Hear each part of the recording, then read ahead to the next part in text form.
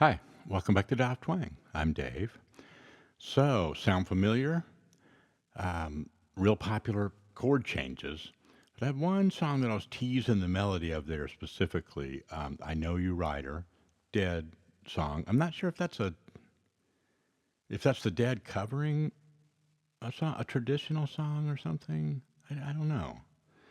Um, anyway, after that, it's every jam band there is covering the Dead covering stuff. Right? Meta covering, right? But it's just a great example, and we can do a lot of our favorite pastimes on this with our Mixolydian and our Major Pentatonic. We've got a lot of material on this channel about those topics and several other things.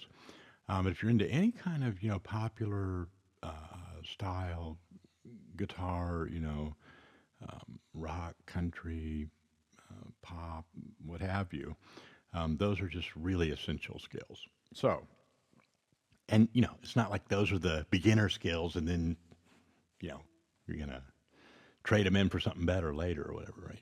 Just build on it, especially the pentatonic stuff. And for some of you, maybe going to the Mixolydian or putting in a, um, a diatonic scale, meaning a seven-note scale, um, in there with your pentatonic. Maybe that's the next step for you, whatever. So then, great.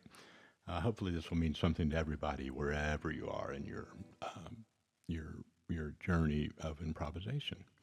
So here's the main thing that I got going on here, and I'm using that. If you're familiar with that Dead song, if you're not, that's okay. If you just kind of sing that main vocal.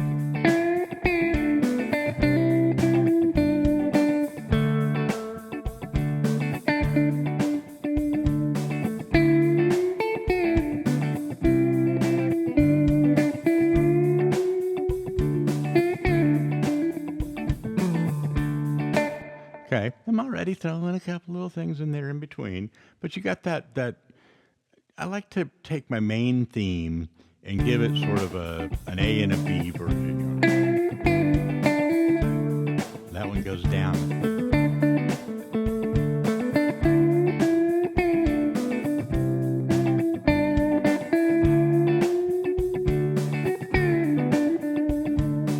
Right? That's already a little conversation you got going there, right? Then, take note of where that is in the framework of your major pentatonic for D.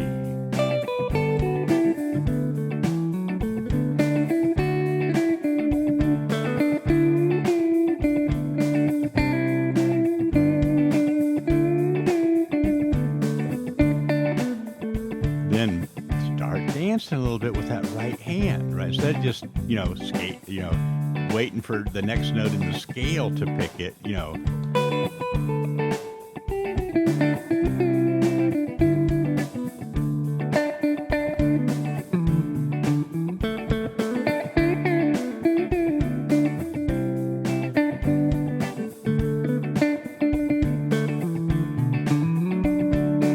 Okay, I really exaggerated that, didn't I? But right? Just man, that's something you can remind yourself of that just comes so naturally. But you got to remind yourself of it. Well, once you start doing it, you're just doing your thing. You don't have to tab that out. You don't have to, analyze it, right?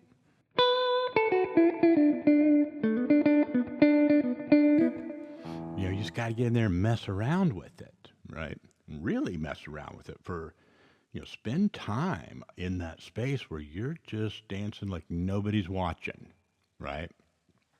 It's not a lick, it's not a performance, it's not right or wrong.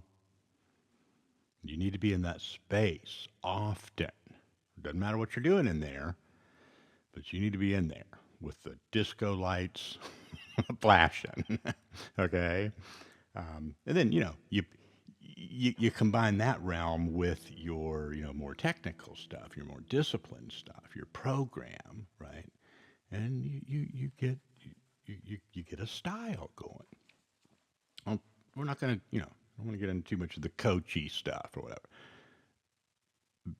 at the cost of not getting you a real practice routine here, because that's the bottom line. Is you when you watch it, you invest the 20 minutes, which I really appreciate. At the end of it, my goal is that you have something that you can do, right? And if it's not your thing, you go find something else. But if you like the sound that's going on, I'm setting you up to you're knocking at the door, right? Now, just a real quick couple of suggestions about this major pentatonic.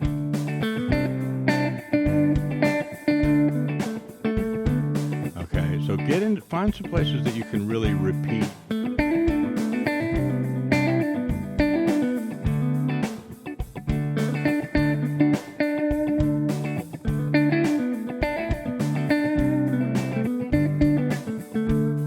Okay, and just groove on that, and then, move it around.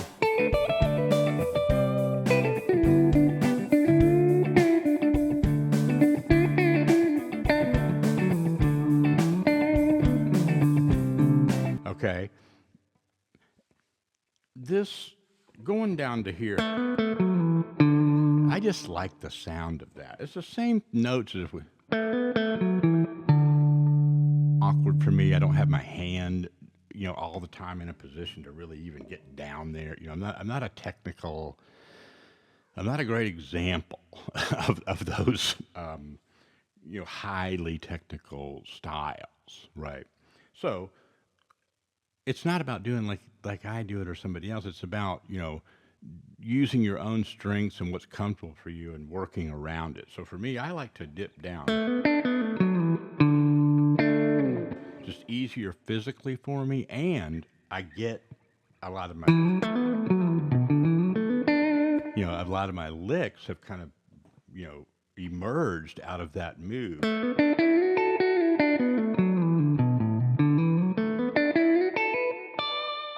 Okay, a lot of stuff on this channel that has a lot of patterns drawn out and stuff for this major pentatonic. But I don't want you to get confused, and start worrying about the wrong stuff. Like, oh, do I need to learn that pattern and that pattern? Listen to the sound of those notes.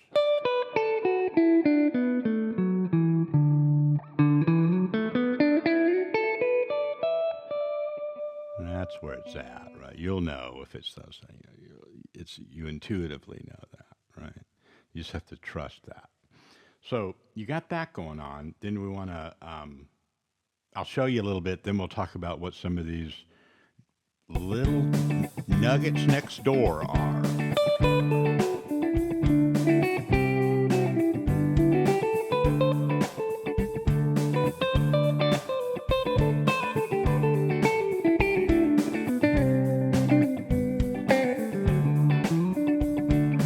Okay. Now, sorry, we got it. That's Stinky, the cat. You can't hear her. I mean, you can't see her right now, but maybe you'll see her fly by in a second or something. But you can hear her. So I'm not going to stop this and go deal with that right now. You have to wait a minute to get out. So, Mixolydian for D. Okay, so we got our major pentatonic.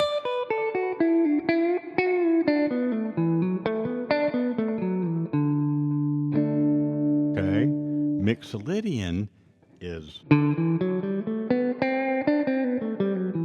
it's like a major scale, a do re mi scale for D, except with a flat 7.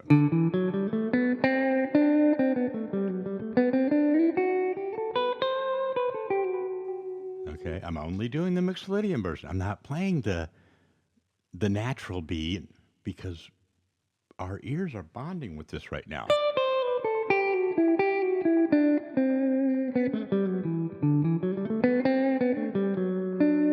Okay, part 2 of this one in a few days. I'll do some more like target tones and chord tones and stuff. So that by the end of it, we'll be putting it all together. But for this little session, we're going to stick with that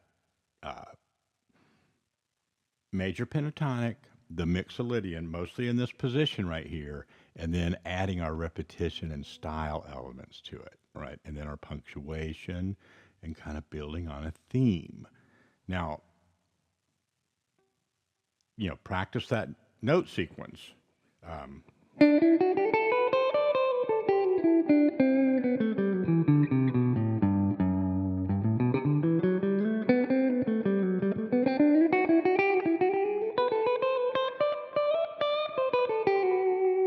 all right, so, that might look like, oh, what the heck? Is that all written out? No. Spend a little time on it. Start right here.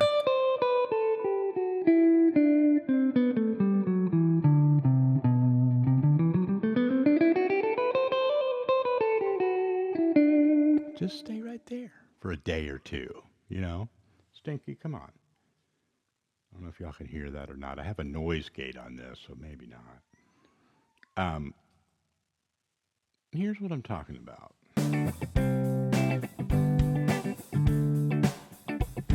Let's see.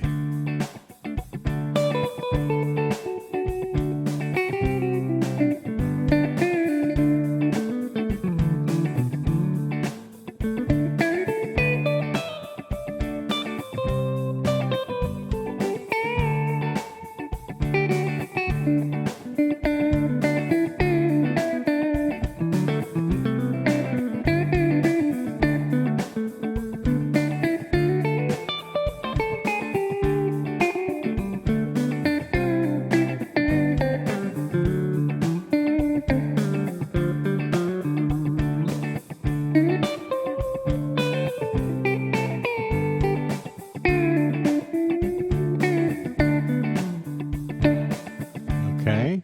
So now this is, I'm really exaggerating the jam aspect of this, okay? But I'm not chasing the triads and stuff like I would if I was really, doing my own thing right now. I'm staying on task with those two note sequences, those two scales, major pentatonic and Mixolydian.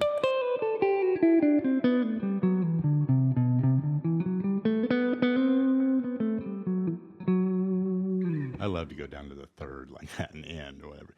After a while, you don't always have to start on the root, start and end on the root, right? You just get a kind of a river of notes going there. And that'll come, right? Just spend some time, put that track on. And then the fun part is to remind yourself of the dancing with the right hand, put some spaces in there, sing along with kind of your own little kind of vocal line sometimes with the guitar and kind of, come back to that theme now and then. And then put some repetition in there, some bluesy stuff. It sounds like a lot, but here it is one piece at a time.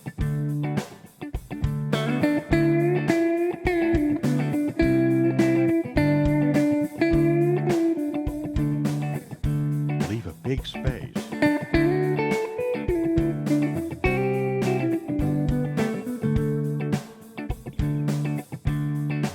Get comfortable with that space.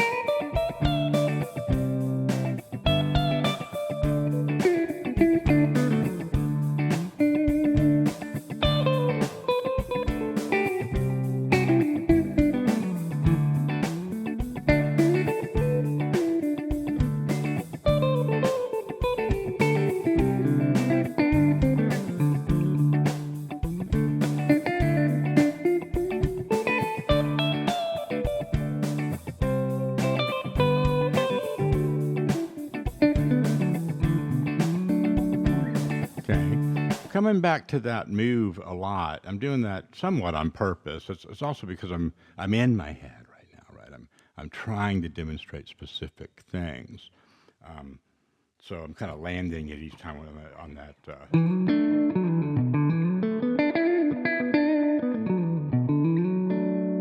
That's where I'm just using that form of the D a lot, and not just barring it like that every time. So if you see that, don't.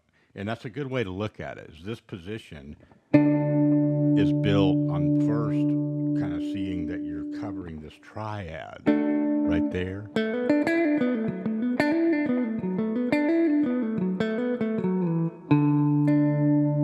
All right. So there was a lot of stuff kind of packed in there, but really let yourself go with this one. But first, really dig into that, repeat those scales, right? But don't burn yourself out on the scales and then kind of, you know, leave the thing behind because it's getting too monotonous. If you start feeling monotonous, that's when it's time to kick in with the other musical choices: punctuation, dynamics, playing louder or softer, leaving big rests and more conversational phrasing. Remind yourself of those things as you go. Look for part two on this. We're going to really break it down kind of chord for chord with the target notes more. All right. Appreciate you. Take it easy.